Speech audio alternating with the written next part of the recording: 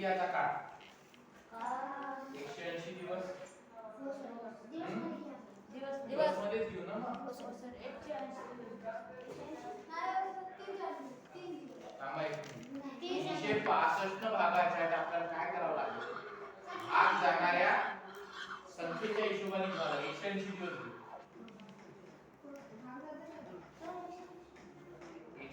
सांगतो ना, काळ जेव्हा दिवसामध्ये दिलेला असतो तेव्हा कितीनं भागायचं?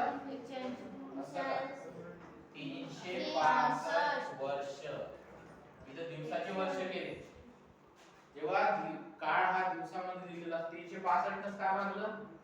कारण एका वर्षात किती दिवस असतात? 365.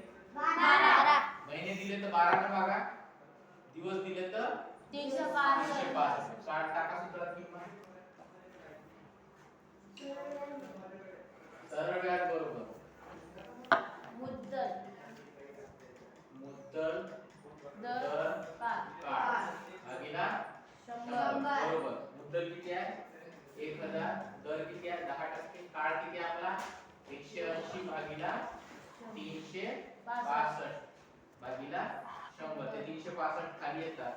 1000 गुणिले 10 गुणिले 180 भागिले 100 गुणिले 365. स्टेप मध्ये काय होतात? 1 2 3 1 2. वरचे 2 खालचे 2 कटले. लिहिले इकडचं हे लिहिलं का? नेक्स्ट पुढची स्टेप काय आहे? पुढची स्टेप कटल्यानंतर आहे ते लिहा. 100 गुणिले 1 गुणिले 180 भागिले 1 365. सोडवा.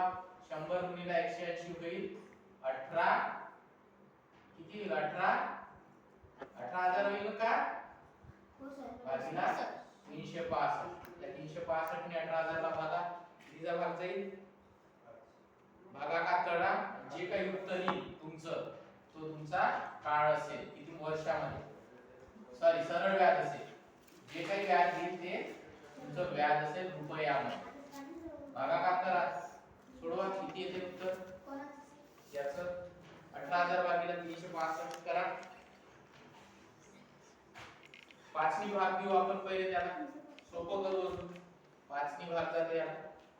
5 न जर भाग दिला याला 18,000 ला, याचं उत्तर येते 18,000 ला 5 ने भाग दिले किती येईल? 3600 रुपये. बरोबर आहे का? 3600 वर 3600 येईल. याला जर 5 ने भागलं तर किती येईल? 365 भागिले 5. 365 भागिले 5. 5 7 35 ला 1 5 3 15. आता सोपं झालं. 3600 भागिले 73 करा. जे काही येईल पॉइंट मध्ये आलं तरी चालते, तेवढं तुमचं व्याज राहील. समजलं? हे 6 प्रकार आहेत. याच्या 6 प्रकारावर तुम्हाला 100% फिरवून प्रश्न येईल. ठीक आहे? कळलं का?